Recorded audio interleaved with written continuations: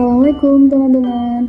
Teman-teman, pernah nggak sih kalian lihat perbedaan pendapat, perbedaan pandangan tentang ajaran Islam? Contohnya seperti cara berpakaian, ataupun sistem pemerintahan, ataupun tradisi ibadah di berbagai daerah. Nah, perbedaan itu sering muncul karena adanya dua cara pandang dalam ajaran Islam, yaitu normativitas dan juga historisitas. Di video ini, aku bakal ngejelasin apa sih maksud dari normativitas dan juga historisitas, dan kenapa penting banget buat kita pahami dalam studi Islam di era sekarang. Jadi, normativitas itu berasal dari kata norma, aturan ataupun ketentuan yang ideal.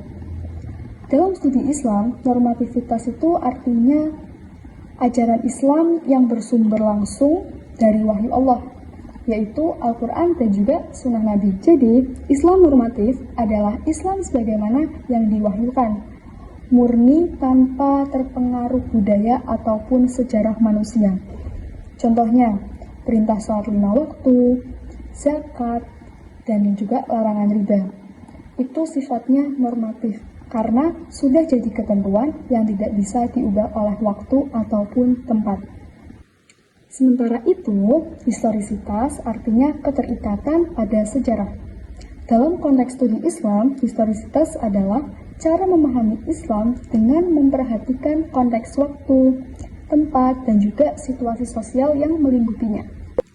Artinya, ajaran Islam tidak lahir di ruang kosong, tapi dalam realitas sejarah masyarakat Arab abad ke-7 yang punya budaya dan juga tantangan tersendiri. Misalnya nih, aturan tentang perbudakan di masa Nabi dulu sangat manusiawi dibanding tradisi sebelumnya, tapi konteksnya berbeda dengan zaman sekarang. Nah, disinilah kita perlu memahami mana ajaran yang tetap normatif dan mana yang bersifat historis. Dua hal ini nggak harus dipertentangkan, justru harus dikombinasikan. Studi Islam yang hanya normatif bisa kaku, seolah semua hal sudah final tanpa konteks. Tapi, kalau hanya historis, bisa terlalu bebas dan juga mengabaikan nilai-nilai ilahi. Maka dari itu, metode studi Islam yang ideal adalah menyeimbangkan keduanya. Kita memahami wahyu secara normatif, tapi juga menafsirkannya dengan kesadaran sejarah realitas masa sosial pada saat ini.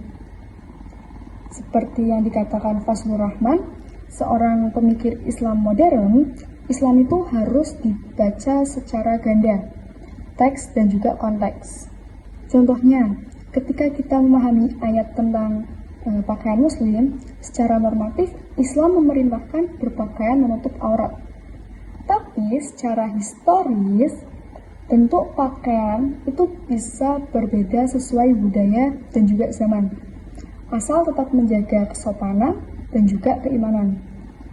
Jadi, memahami normativitas dan juga historisitas ini membantu kita bersikap moderat dan juga kontekstual tanpa kehilangan nilai dasarnya.